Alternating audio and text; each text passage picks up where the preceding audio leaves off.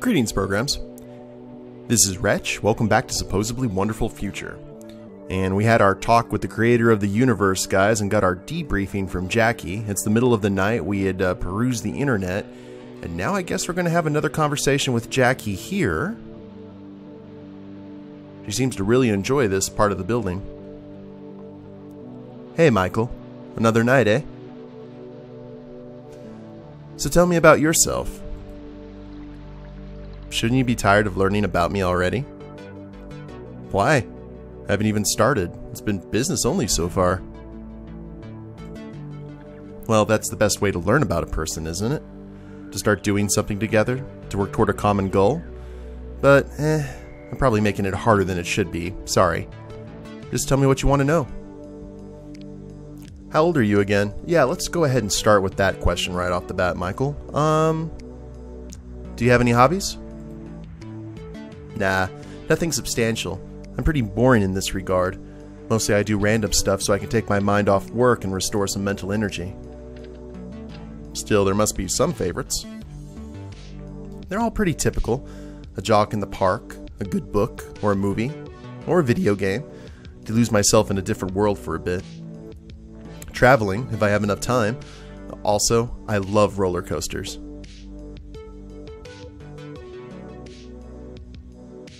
You like running? Recreationally, yes. I don't have time or persistence to train properly, but I do rely on my runner's high fix every once in a while.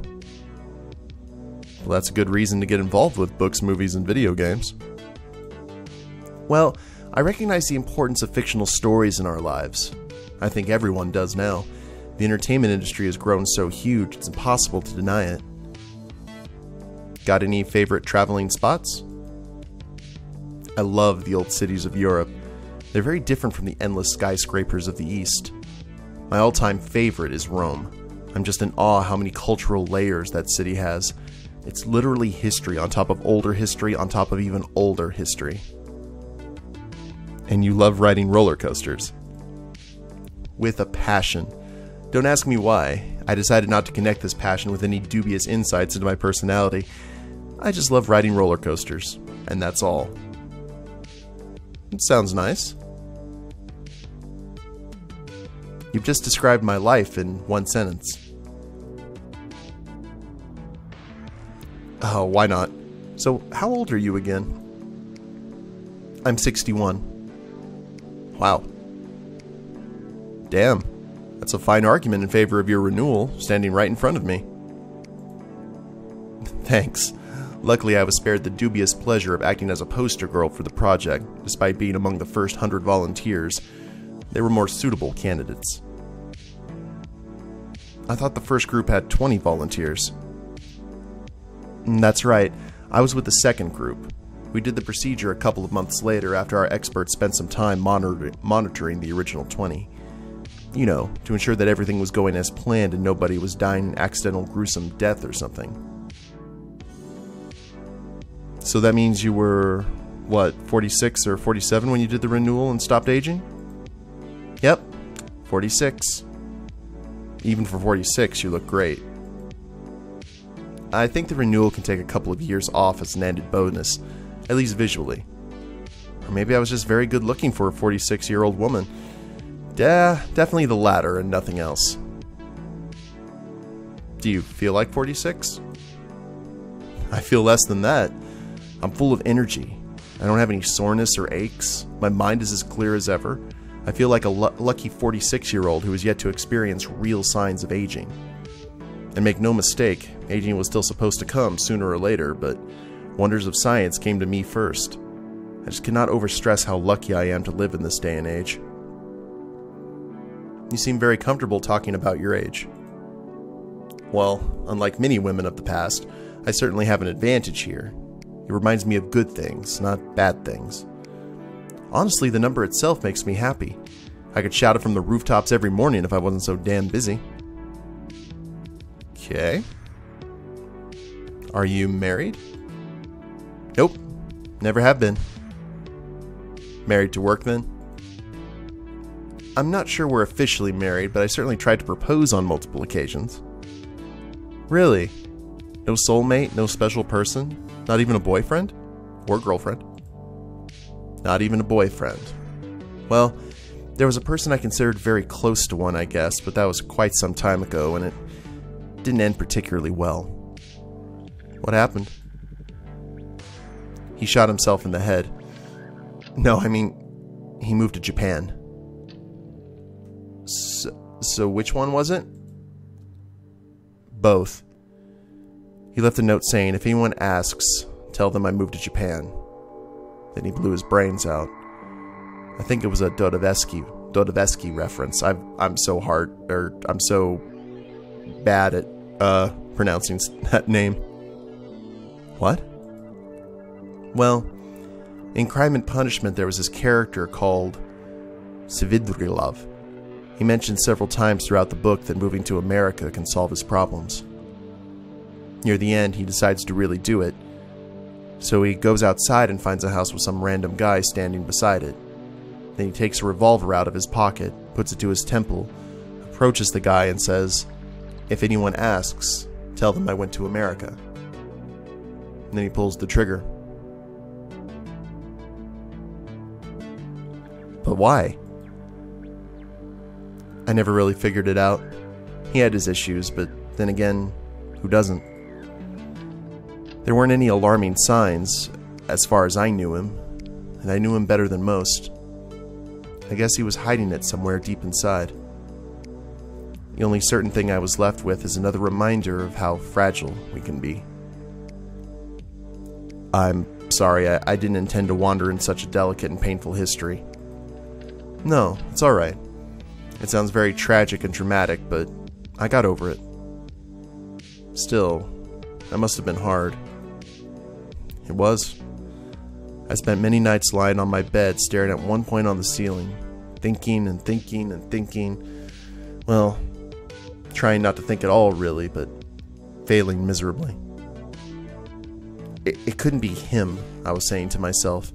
It's not his fault. The world. It's the world that killed him.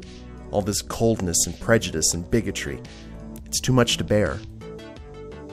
I'll never forgive you, world, I was saying to myself. I'll work hard to change you, to create some better place instead. God, that sounds so cliche now. It makes me cringe. In the end, I found solace in the fact that, sad as it may be, it was still his choice. He left this world on his own terms, and our story had an ending. And that's not the worst kind of story, even when the ending is a sad one, right? The worst kind is a story without any ending at all. Like friends just drifting apart, or soulmates you lose over stupid things, or people you don't talk with for years even when they're 2 clicks or taps away. I've had my share of those, too. Do you still think the world was to blame? No, of course not. But it defined me all the same. Do you like Jackie Chan? Yeah, he's cool. Were you named after Jackie Chan? I have no idea. You never asked your folks? They said they just liked the name. Right. Yeah. So, oh, this has gotten so awkward. Do you like his earlier movies or later movies? Both kinds. Favorite one? Who am I? You're one hell of a woman. No, I mean the movie title. You asked about my favorite Jackie Chan movie.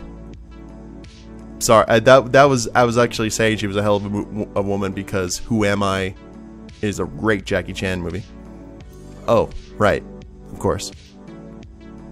I'm not annoying you, am I? Michael, it takes much more than this to annoy me. That's good. I'd hate to annoy you like that. Right. So, tell me more about your past, Jackie. It's not that exciting, really. Doesn't have to be. Yeah, you're probably right. I was born in Indiana, but my family moved to Seattle when I was little. I went to school there, and then to college. We weren't rich, but we never had any financial problems either, so I was free to experiment with all types of jobs after that. I came to Life Plus in 2024, and it became the first time I spent more than 5 years working in one place. Now it's 23 years. I try not to think about it too much, though. The number itself makes me dizzy. What did you study in college? Architecture. I quickly realized that I liked the interact with clients part more than the art part or the engineering part, though. Worked as an assistant at a local firm, had an internship at a big company in New York, and that's about the size of my aspiring architect career.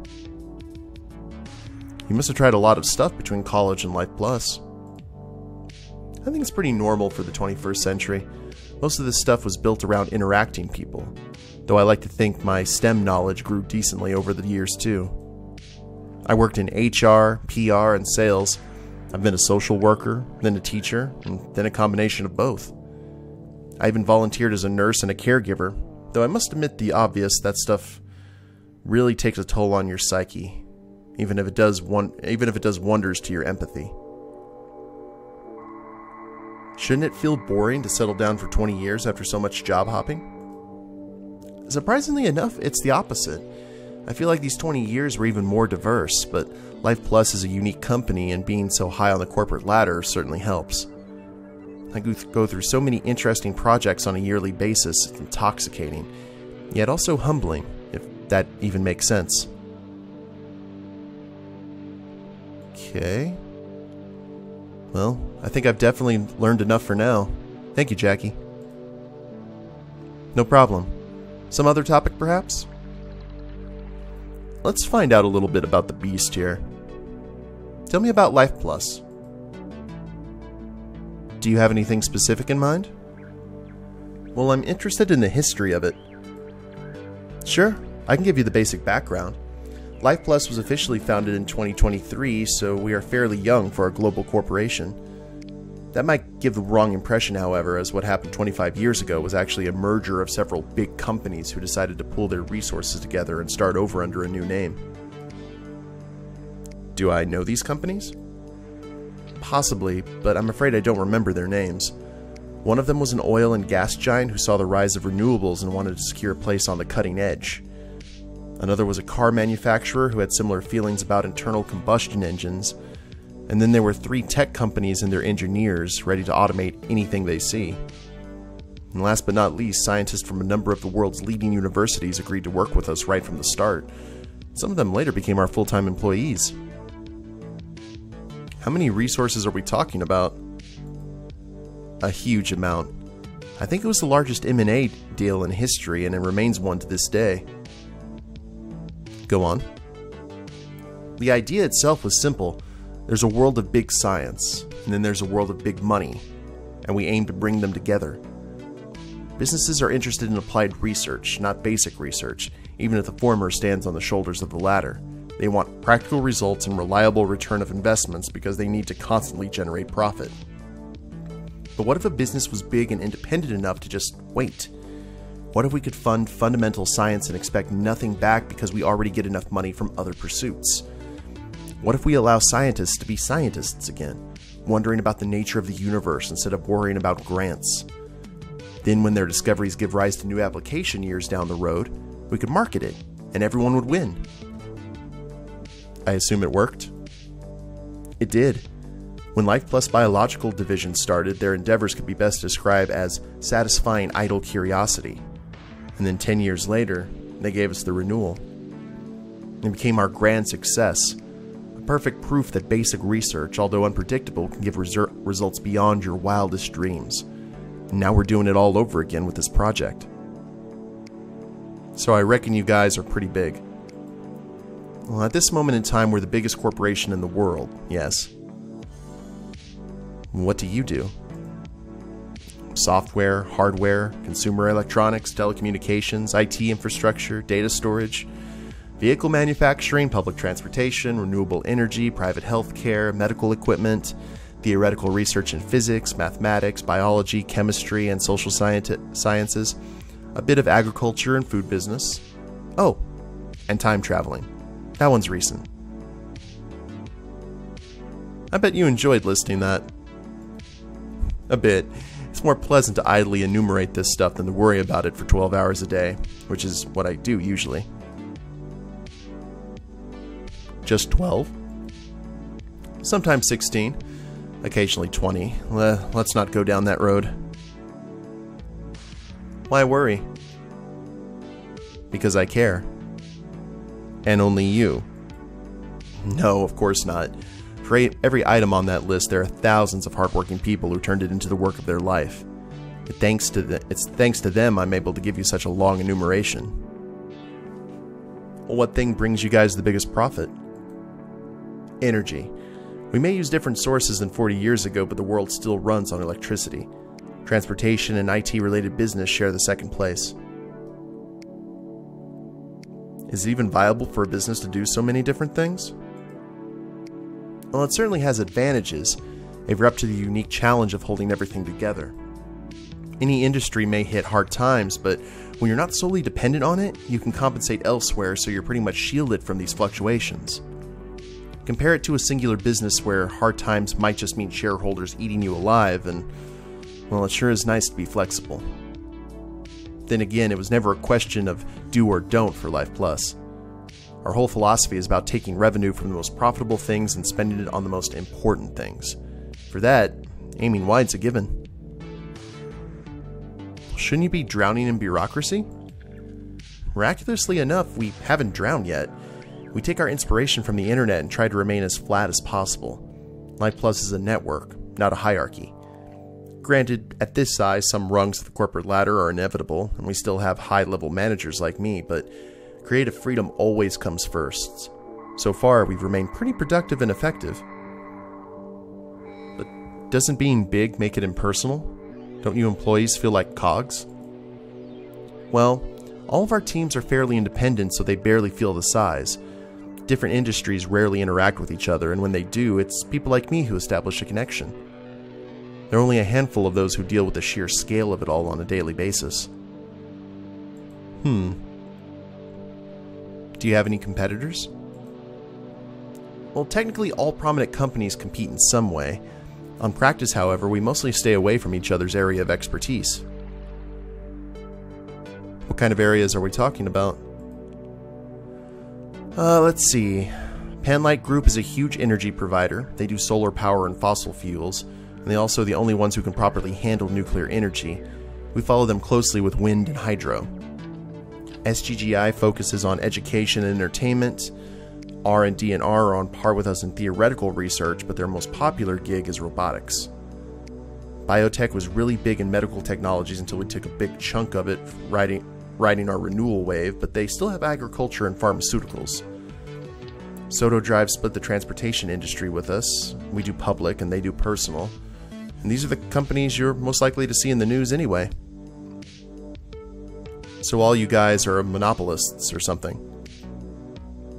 Yes and no. There's usually a clear leader in a field, so not much point choosing between brands. If you want a good robot from any price range, you go to R&D and R, not Life Plus.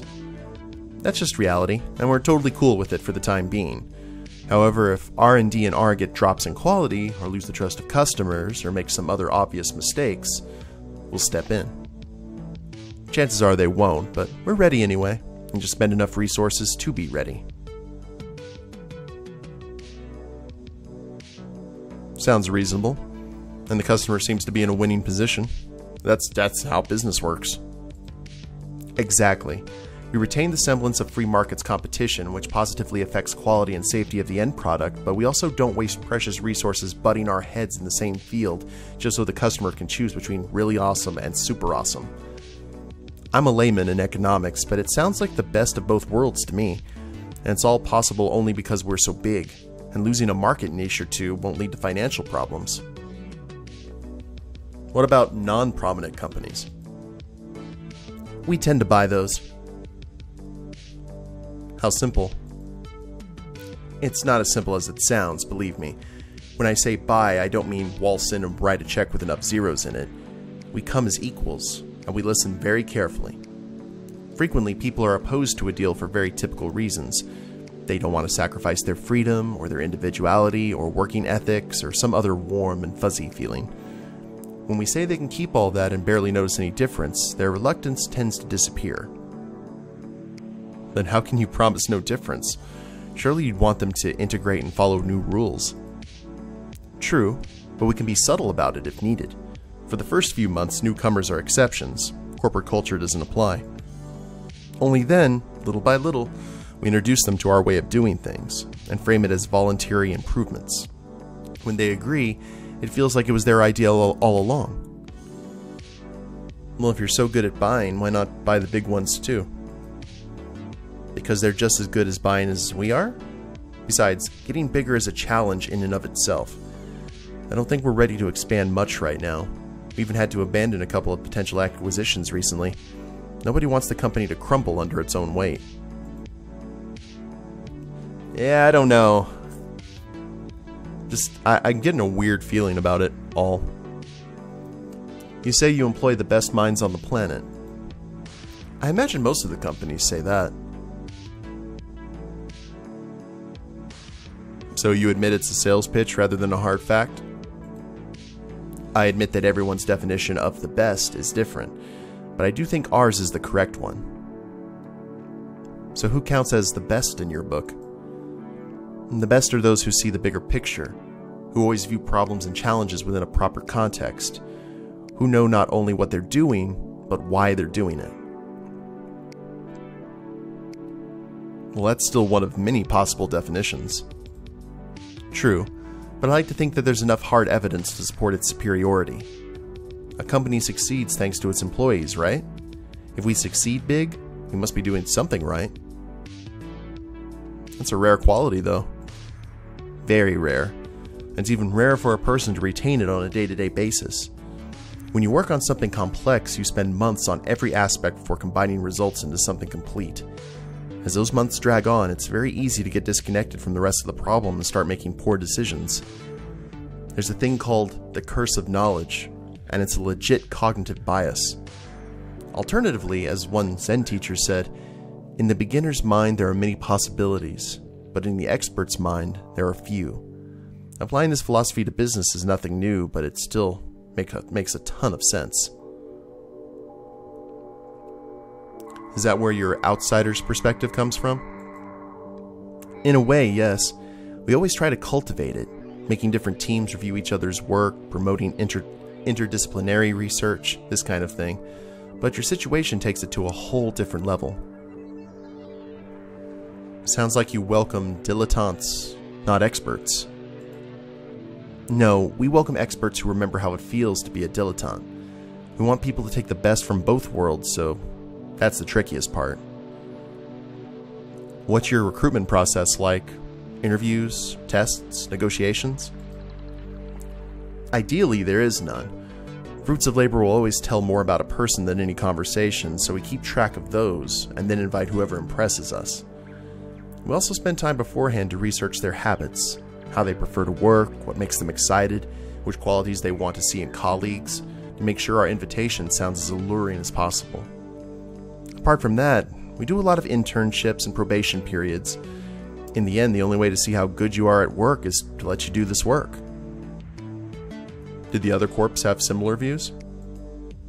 No, their recruitment philosophies are all over the place. Some stick to the most measurable things, like years of experience and GPAs. Some believe they can evaluate skills reliably words with tests and interviews, and try to perfect those. Some focus on personality and social qualities. Clean online history is very important for them.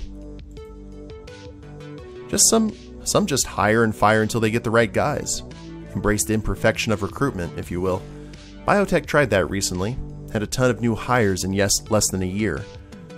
Laid off quite a few people at the same time, though. Had a fairly big decrease in approval ratings. Didn't work out very well, I guess. Are you evil? No, we're complicated.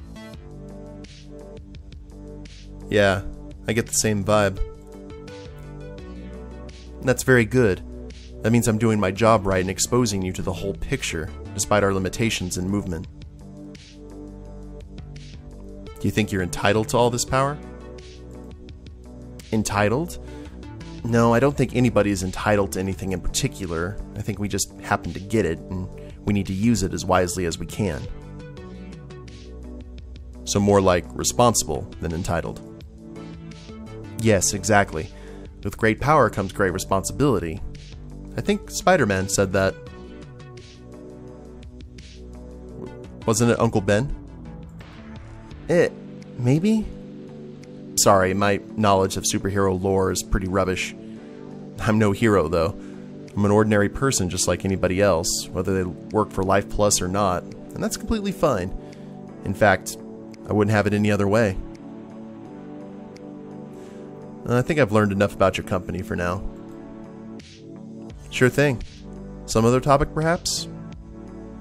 That's all I've got, Jackie. Thank you, though. Sure thing. If you need anything else, you know where to find me. She's very good, I have to say. So, this is basically like Shadowrun, but less corporate decay, or less societal decay. Also, less elves and orcs. Well, I guess we could go ahead and crash out. Yeah, I think that's exactly what we're going to do, guys. We're going to go ahead and end the episode here. And when we get back, we'll go ahead and crash and see what the next problem is. Hope you guys have enjoyed it. If you liked the episode, please leave a like down below. Subscribe to the channel, leave a comment, that'd be a big help. And we'll see you next time. Later days, everyone.